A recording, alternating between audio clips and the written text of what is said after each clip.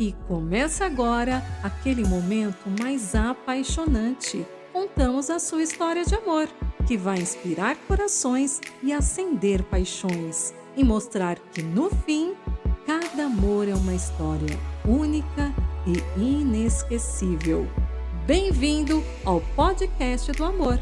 Aqui, pode amar, pode contar.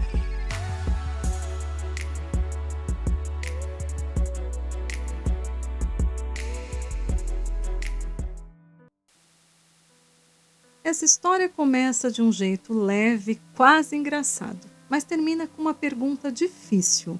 O que acontece quando o amor continua, mas a gente não continua igual? Hoje eu vou contar a história do Daniel e ele começa assim. Meu nome é Daniel e eu conheci a mulher da minha vida na academia. Eu sempre fui um cara da igreja, daqueles que crescem acreditando que casamento é para sempre, uma vez só. Família, propósito, tudo certo, tudo no lugar. Até o dia em que eu vi a Camila treinando. Ela estava concentrada, fone no ouvido e nem olhou para mim, mas eu olhei para ela e falei sem pensar: eu ainda vou casar com você.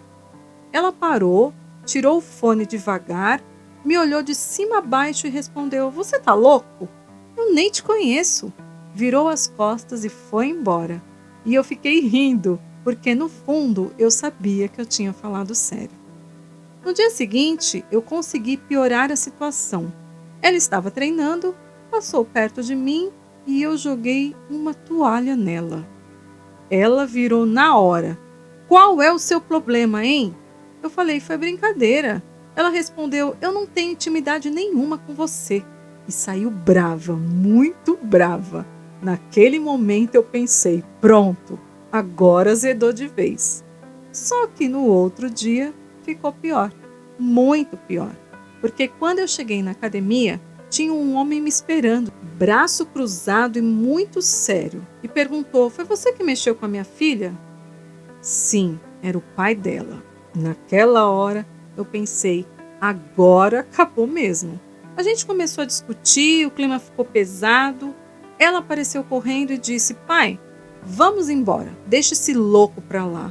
E foi embora com ele sem olhar para trás. Eu achei que eu nunca mais ia falar com ela. Mas no dia seguinte, eu sou um cara persistente, então eu resolvi tentar uma última vez.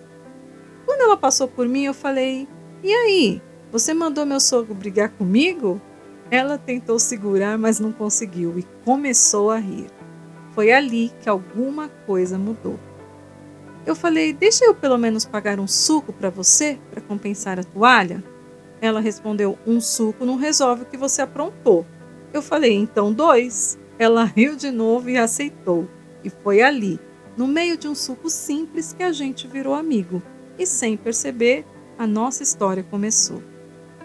Depois daquele suco, a gente começou a conversar e conversamos muito.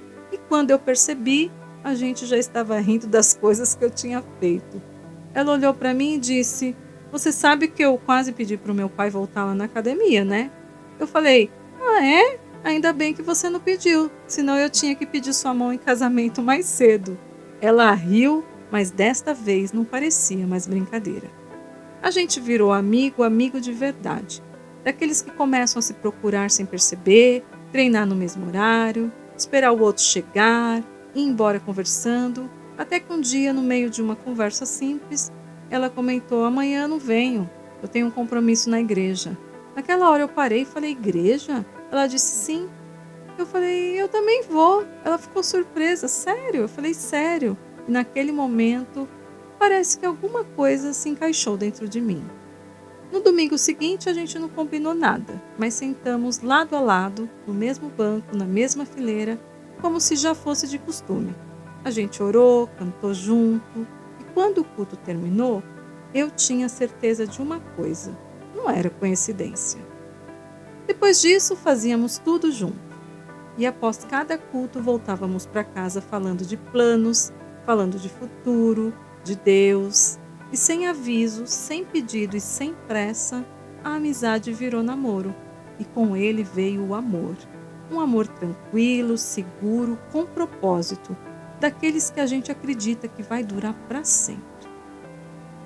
E uma noite, depois do culto, a gente estava sentado conversando no carro. Eu segurei a mão dela e falei: Camila, eu quero viver tudo com você. Quero viver minha vida com você. Ela começou a chorar e respondeu: eu também quero. Naquele dia, a gente decidiu que íamos nos casar. Nosso noivado foi simples, mas cheio de significado. Não era sobre festa, era sobre futuro, sobre família e sobre promessa. Quando a gente se casou, parecia que a vida tinha entrado no lugar. A gente começou pequeno, sem luxo, sem facilidade, mas com paz, muita paz e uma alegria que não cabia no peito. Depois veio a nossa filha, e quando eu segurei ela no colo pela primeira vez, eu pensei: agora minha vida está completa. Era eu, a Camila e a nossa filha. Era a nossa família. Durante muitos anos, nossa rotina era simples, mas nossa casa era cheia de risos soltos, muitas conversas, muita felicidade, cumplicidade, sabe? Era parceria de verdade. E por 10 anos eu posso dizer uma coisa com toda a certeza: nosso casamento era bom, muito bom. Não era perfeito, mas era verdadeiro. Era estável, era seguro, era casa. Por isso, quando as coisas começaram a mudar, eu senti antes de entender. Porque quando algo muda dentro de um casamento assim, não muda de repente, você percebe sinais. E foi exatamente assim que começou. Por quase 10 anos nada mudou, mas depois algumas mudanças começaram a aparecer. Primeiro mudou o abraço. Antes ela chegava perto, encostava, ficava. Depois virou um abraço rápido, automático. Depois mudou o beijo. Antes era presença. Depois virou costume. Depois mudaram as conversas. Antes a gente falava de tudo. Depois começaram a virar respostas curtas. Tá tudo bem? Tá. Aconteceu alguma coisa? Não, sempre não. E eu comecei a perguntar mais e ela começou a responder menos. E isso foi me deixando inquieto. Porque quando duas pessoas vivem juntas por tantos anos, a gente sente quando alguma coisa sai do lugar, mesmo que ninguém diga nada. Um dia eu perguntei: Camila, tá acontecendo alguma coisa com você?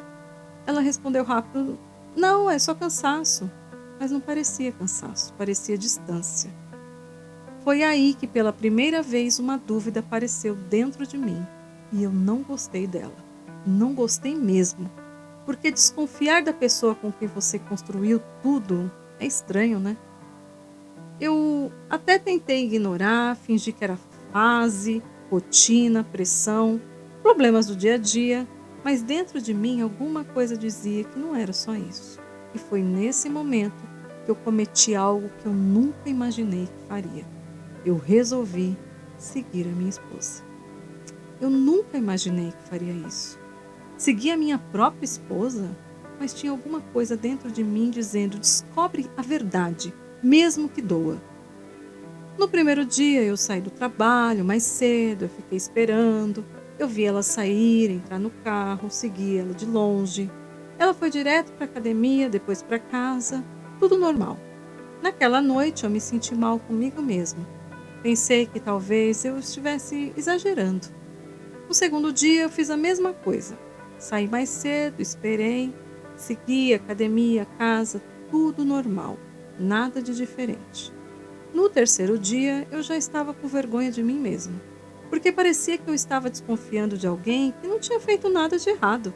Mas mesmo assim eu fui. Trabalho, academia, casa, normal. No quarto dia, olha a minha persistência aí de novo.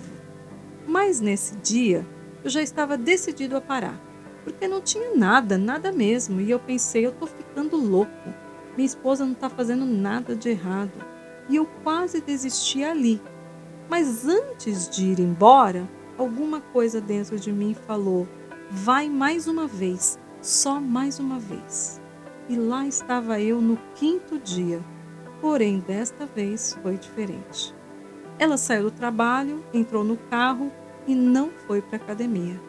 Virou outra rua, depois outra, um caminho que ela nunca fazia. Naquele momento, meu coração começou a acelerar. Ela parou em frente a uma casa, ficou alguns segundos dentro do carro, como se estivesse pensando. Depois ela desceu e, antes mesmo de chegar no portão, um homem abriu, abraçou ela e beijou. Naquele momento, meu mundo acabou. Não foi só raiva, não foi só dor, foi silêncio. Um silêncio estranho, como se alguma coisa dentro de mim tivesse desligado. Eu fiquei ali parado, dentro do carro, sem reação, sem saber o que fazer, sem saber para onde ir, porque em poucos segundos a minha vida inteira tinha mudado. Naquela noite, eu não fui atrás dela. Eu não bati no portão, eu não fiz escândalo, eu só voltei para casa e esperei. Eu sentei no sofá, no escuro, sem televisão, sem telefone, sem pensar em nada, só esperando. Quando ela entrou, foi como se fosse uma noite normal. Ela colocou a bolsa na mesa, tirou o sapato e disse: "Oi, amor. Nossa, hoje eu tô tão cansada." Naquele momento eu percebi que ela ainda não sabia que eu sabia. E eu falei: "A gente precisa conversar." Ela respondeu: "Sobre o quê?" Eu olhei para ela e perguntei: "Quem vai sair dessa casa? Eu ou você?" Ela travou. "Daniel, eu não tô entendendo." Eu repeti: "Quem vai sair dessa casa? Eu ou você?" Ela tentou sustentar o olhar, mas não conseguiu. "Do que você está falando?" Foi aí que eu disse: "Eu vi tudo." O silêncio que veio depois disso foi o pior silêncio da minha vida. Porque depois dessas palavras, não existia mais mentira. Eu falei: "Você saiu do trabalho, virou outra rua, entrou naquele bairro, parou naquela casa, e ele te recebeu com um beijo." Ela baixou a cabeça, não discutiu, não negou, não explicou, só subiu as escadas, pegou algumas roupas, pegou a nossa filha, desceu sem olhar para mim e saiu. Quando a porta fechou, a casa ficou grande demais, silenciosa demais, vazia demais. Eu sentei no sofá e chorei, mas não era só pela traição, era pela família, pela história, pelo homem que eu achava que eu era, porque naquela noite eu senti que tinha perdido tudo. Chorei como nunca havia chorado em toda a minha vida. Depois que a Camila saiu de casa, o silêncio virou rotina. A casa continuava a mesma, mas não parecia mais casa, parecia um lugar vazio. Eu não conseguia dormir, não conseguia comer direito, não conseguia pensar, tudo lembrava ela, tudo lembrava a gente. Foi numa dessas noites que o telefone tocou. Era uma amiga nossa, amiga em comum. Ela disse: "Daniel, eu fiquei sabendo." Eu nem perguntei como, porque nessas horas todo mundo acaba sabendo, né? Ela falou: "Você não pode passar por isso sozinho. Vamos sair, vamos tomar um café, nem que seja pra gente conversar." Eu não queria sair, mas eu também não queria ficar sozinho. Então eu fui. A gente sentou, conversou e pela primeira vez, desde aquela noite, alguém me ouviu, sem julgar, sem interromper e sem tentar explicar o que tinha acontecido. Ela só ouviu. Depois daquele dia a gente continuou conversando, às vezes por mensagem, por telefone, ou mesmo pessoalmente, sem pressa, sem intenção, só companhia. Ah, a Camila, eu esqueci de comentar. A Camila começou a namorar com aquele homem. O romance não durou 2 meses. Acabou rápido, muito rápido.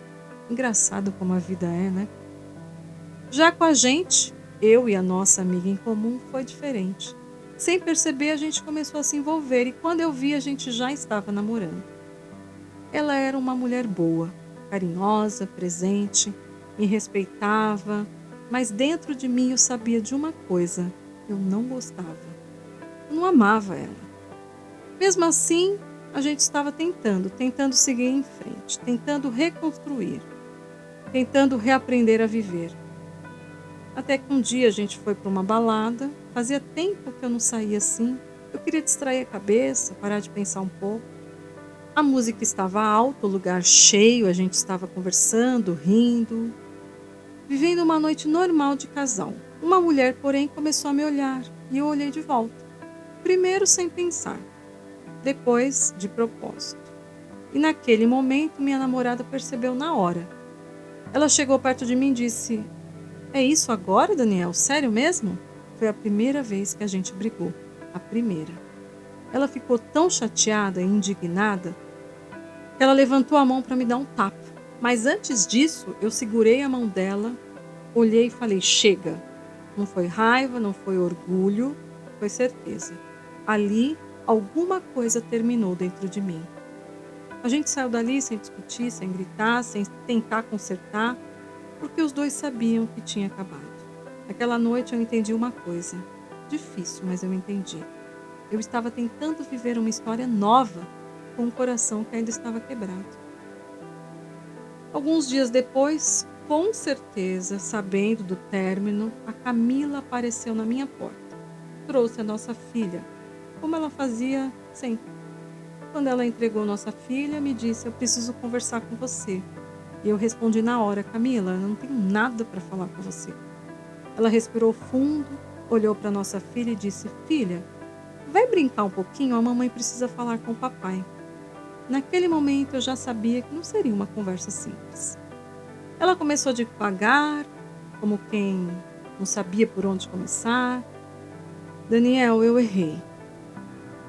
Ficou em silêncio por alguns segundos e continuou: "Eu ainda amo você. Eu quero a nossa família de volta." Eu respondi: "Não dá mais." Ela insistiu: "Dá sim. Eu sei que dá." Eu falei: "Não dá, Camila. Não depois de tudo." Mas ela não desistiu. Ela chorou, ela pediu perdão, ela falou da nossa filha, da nossa história, falou da nossa vida. E quanto mais ela falava, mais difícil ficava continuar dizendo não. Porque não era qualquer pessoa ali. Era a mulher com que eu tinha construído tudo. Era a mãe da minha filha. Era a minha história inteira. Ela chegou mais perto, segurou minha mão e disse: "Daniel, por favor." Eu tentei resistir de verdade, mas quando eu percebi, a gente já estava se abraçando, depois se beijando, e naquele momento a gente voltou.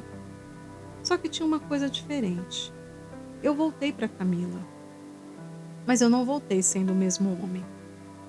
A gente voltou, tentou recomeçar, tentou reconstruir, tentou fazer dar certo de novo, mas tinha uma coisa diferente dentro de mim.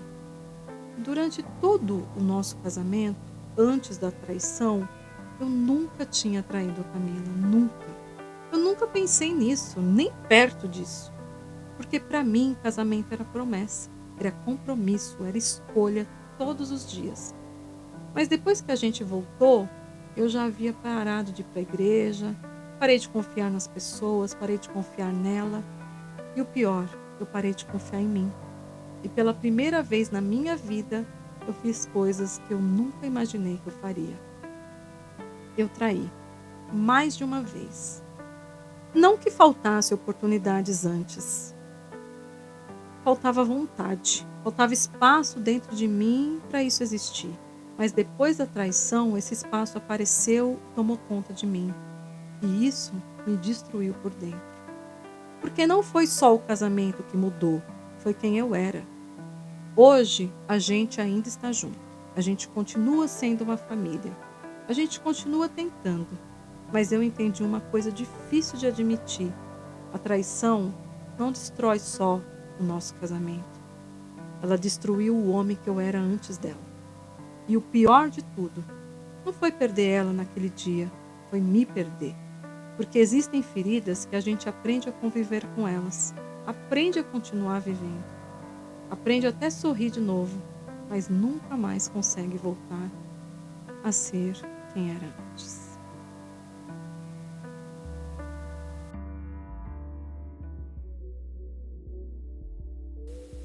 Histórias assim acontecem mais do que a gente imagina. Tem feridas que acabam com o relacionamento, mas algumas acabam mudando quem a gente é. Você acha que o Daniel fez certo em voltar? Queremos muito ler sua opinião aqui nos comentários.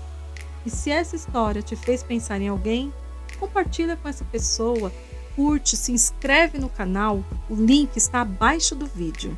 Você sabe, aqui pode amar, pode contar.